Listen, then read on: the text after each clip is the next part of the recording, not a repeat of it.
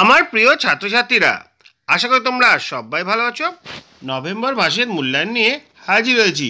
আজ আমরা তৃতীয় শ্রেণীর পরিবেশ বিষয় নিয়ে আলোচনা করব।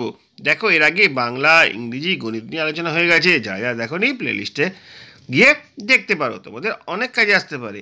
আর আজকে ভিডিওটা ভালো লাগলে লাইক, কমেন্ট, শেয়ার করবে। চ্যানেলে যদি নতুন থাকো, চ্যানেলটা সাবস্ক্রাইব করে পাশে থাকা বেল আইকনটা বাজিয়ে দেবে, যাতে আমার তৈরি পরবর্তী ভিডিওগুলো সবার আগে তোমার কাছে পৌঁছায়। চলো আজকে পড়াটা শুরু করছি। দেখো, নভেম্বর মাসের মূল্যায়ন শ্রেণী তৃতীয়, বিষয় পরিবেশ। পূর্ণমান হচ্ছে 50, সময় 1 ঘন্টা 30 মিনিট। একটা 50 নম্বর প্রশ্ন তোমাদের জন্য হাজির করছি। দেখো, তোমরা নিচে ছকটি পূরণ করো। 5টি রয়েছে, 1 নম্বর করে 5 নম্বর। একটি কুটির শিল্পের নাম কি? এখানে তোমরা লিখবে। একটি ক্ষুদ্র শিল্পের নাম কি লিখতে হবে। একটি নির্মাণ শিল্পের নাম, একটি বাগিচা সম্পদের নাম, আর একটা কৃষি সম্পদের নাম। এরপর রয়েছে, দেখো, সঠিক বাক্যের পাশে টিক চিহ্ন আর ভুল বাক্যের পাশে ক্রস চিহ্ন বসাও। যে কোনো 5টি, 6টা দেওয়া আছে, তোমাদের 5টা করতে হবে। আমি পড়ে দিচ্ছি। গরম ডেকটি হাত দিয়ে ধরবো, ঠিক না ভুল তোমাদের বলতে হবে। মাদুর তৈরির কাঁচামাল হলো ঘাস। নখ ভিজিয়ে নিয়ে নখ কাটবো। পুকুর গভীর করে কেটে জল ধরা হয়। প্রত্যেকে আমরা পরের তরে। মাছ চাষ কৃষি সম্পদের উদাহরণ। কোনটা ঠিক কোনটা ভুল তোমাদের বলতে হবে। 3 প্রশ্ন চলে আসি। যে কোনো 5টি প্রশ্ন উত্তর দাও। একটি বাক্যে 1 × 5 = 5। মেঘ থেকে বিদ্যুৎ গেলে তাকে আমরা কি বলি? কোন দিন আকাশে চাঁদ দেখা যায় না? সূর্য থেকে আমরা কি কি পাই? প্রকৃতির প্রধান সম্পদগুলি কি কি? জেব্রা ক্রসিং কোথায় দেখা যায়? সপ্তর্ষিমণ্ডলে কটি তারা থাকে? 4 প্রশ্ন দেখে নেব। নিচে সরল যন্ত্রগুলি কি কি কাজে ব্যবহার করা হয় তা লেখো। বড়শি, শাবল, জাঁতি, কাঁচি। বেমানান শব্দটি বেছে নিয়ে লেখো। এইখানে কিছু শব্দ রয়েছে, তার মধ্যে কোনটা বেমানান সেটা তোমাদের বলতে হবে। ইটখোলা, বয়লারে ধান ডালা, চালকল, মাদুর তৈরি, মাতাল। বাড়ির খাট, দরজা, জানলা, রেডিও। লাল, কমলা, হলুদ, কালো। রাস্তার ডান দিক দিয়ে হাঁটা, চলন্ত গাড়ি থেকে লাফানো, ফুটপাথ দিয়ে হাঁটা, সবুজ সিগন্যাল হলে রাস্তা পেরোনো। পাথর খোদাই করা, মূর্তি তৈরি করা, ছবি আঁকা, অভিনয়, বিদ্যুৎ উৎপাদন। এরপর রয়েছে সঠিক উত্তরটি বেছে নিয়ে লেখো।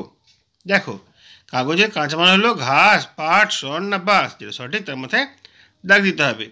ছেঁড়া নোংরা কাগজ ফেলে দিতে হয়, আবার কাগজ বানানো যায়, যত্ন করে রেখে দিতে হয়, আগুন জ্বালিয়ে দিতে হয়।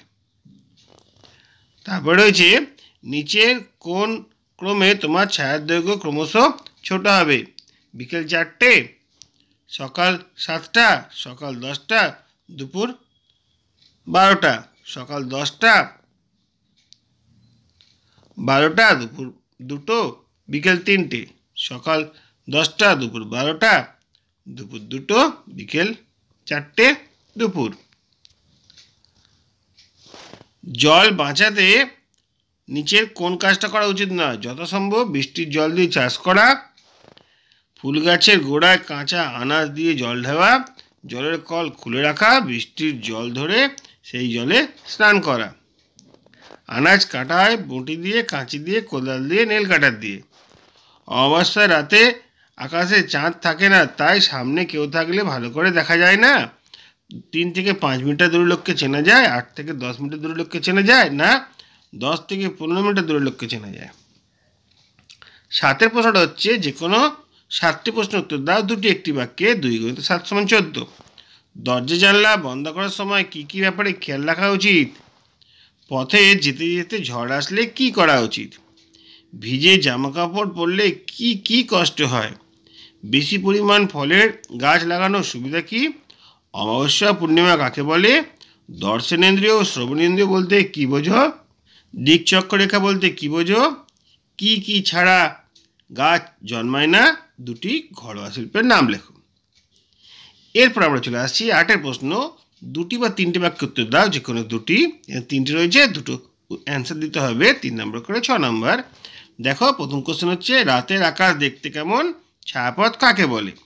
তারপর পরের কোশ্চেন হচ্ছে মেঘ সৃষ্টি হয় কিভাবে, বাজ কেন পড়ে, আর ইলেকট্রিকের জিনিস ব্যবহার ক্ষেত্রে কি কি সতর্কতা অবলম্বন করবে। দেখো সকল প্রশ্ন তোমাদের জন্য হাজির করলাম, আশা করি তোমাদের অনুশীলন করতে অনেক কাজে আসবে। আজকে ভিডিওটা এখানে শেষ করছি। যদি ভালো লাগে লাইক কমেন্ট শেয়ার করবে, চ্যানেলে যদি নতুন থাকো চ্যানেলটা সাবস্ক্রাইব করে পাশে থাকা বেল আইকনটা বাজিয়ে দেবে, যাতে আমার তৈরি পরবর্তী ভিডিওগুলো সবার আগে তোমার কাছে পৌঁছায়। তোমরা প্রত্যেকে ভালো থাকবে।